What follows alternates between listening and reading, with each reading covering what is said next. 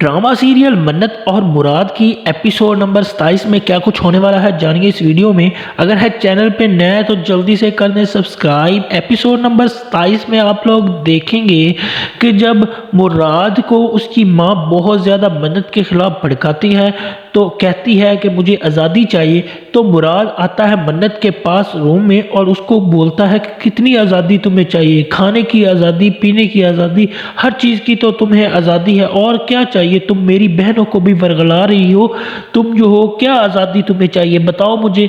जिस पर जो है वो मन्नत कहती है कि तुम जो हो अपनी माँ के बहकावे में आ चुके हो और मुझे तुम्हें कुछ कहने की ज़रूरत नहीं है। जिस पर मुराद कहता है कि तुम चाहती क्या हो, तुम क्या चाहती हो कि हमारा रिश्ता टूट जाए, क्या तुम हमारे रिश्ते से तंग आ गई हो और क्या तुम अब हम इस रिश्ता तुम्हें हमारा जो रिश्ता है बोझ लगने लग गया है।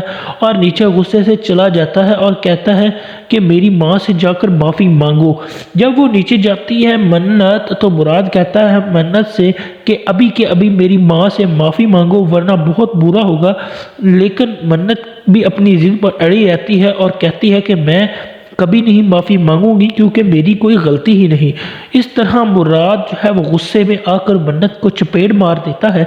जैसे ही मारता है थप्पड़ मन्नत को तो मन्नत का बाद में अफसोस के साथ जो करने लगता आगे बढ़ता है तो मन्नत भी ज़रा लिहाज नहीं करती और मुराद के मुंह पर कस के थप्पड़ जड़ देती है।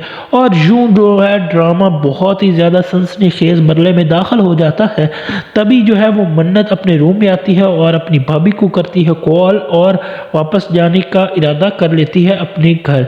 जी हाँ, तो जब आती है उसकी भाभी तो वो आकर कहती है कि जिस तरह से तुमने मन्नत को मारा है थप्पड़, अगर उसके भाई यहाँ पर होते तो तुम लोगों की ऐसी की तैसी कर देते, तुम्हारे वो हाल करते कि तुम लोग याद रखोगे।